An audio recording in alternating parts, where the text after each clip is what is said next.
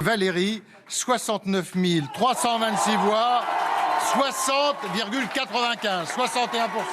Sa victoire est une bonne nouvelle. Bonne nouvelle pour la démocratie, une bonne nouvelle pour le débat démocratique. Moi, je préfère que ce soit une fraction plus raisonnable des Républicains qui l'ait emporté. Est-ce que la droite est prête, dans sa tradition, à n'avoir aucune tête qui dépasse, mais derrière une femme ? Bien évidemment, on est derrière une candidate. C'est d'abord parce que la candidate a été la meilleure. Je ne sais pas si elle va récupérer une partie de notre électorat, la campagne le dira. Mais ce que j'ai vu pendant la primaire, c'est une Valérie Pécresse qui est tout sauf centriste dans son discours. Vous avez employé le terme extrême droitisé. C'est la manière dont une partie de l'électorat des Républicains s'est radicalisée, s'est retrouvée dans les propositions d'Éric Ciotti, qui dans le fond sont très proches. C'est des propositions qui sont très proches de celles d'Éric Zemmour. Et les idées et les convictions d'Éric Ciotti auront toute leur place dans ma campagne. Justement, Valérie Pécresse.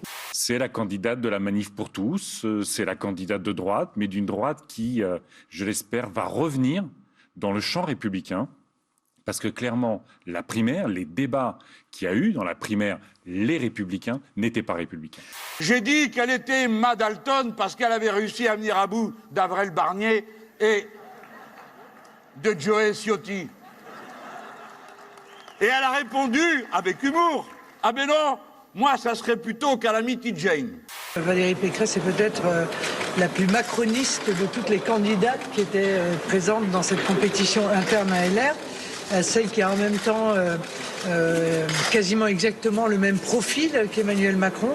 Elle a dit d'elle-même qu'elle était un tiers Thatcher, 2 tiers Merkel, ce qui ne laisse pas grand-chose de bon. Je vais tout donner. Je vais donner ma force, je vais donner mon énergie, je vais donner ma détermination. Traduit en français, ça vous donne 2 tiers Macron, 1 tiers Zemmour. La politique, c'est pas des boucs émissaires, les mêmes que Valérie Pécresse. Les immigrés, les femmes, les homosexuels, tout ça. Donc on est dans les fantasmes et la recherche de boucs émissaires.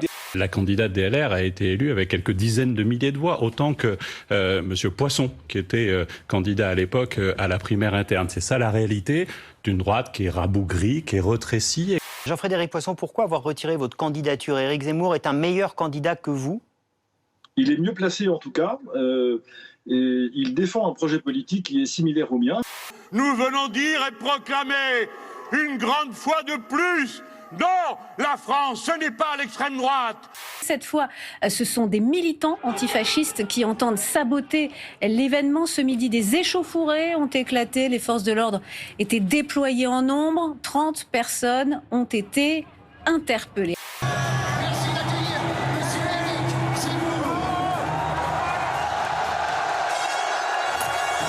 Fuir au plus vite ce nuage de cendres de plusieurs kilomètres de haut. Oh mon Dieu! 15 000 Français qui ont bravé le politiquement correct, les menaces de l'extrême gauche et la haine des médias. Sur l'île de Java, le bilan de l'éruption hier du volcan Semeru est passé à 13 morts. Les sauveteurs continuent à fouiller la zone recouverte d'une épaisse couche de cendres.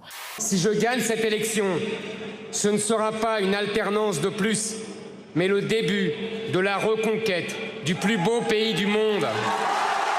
Tout le monde travaille dans des boîtes, des petites boîtes, des grandes boîtes. Même pour s'amuser, on va en boîte, enfin on y va dans sa caisse. Il y a la boîte où l'on met les vieux en attendant la dernière boîte que je vous laisse deviner.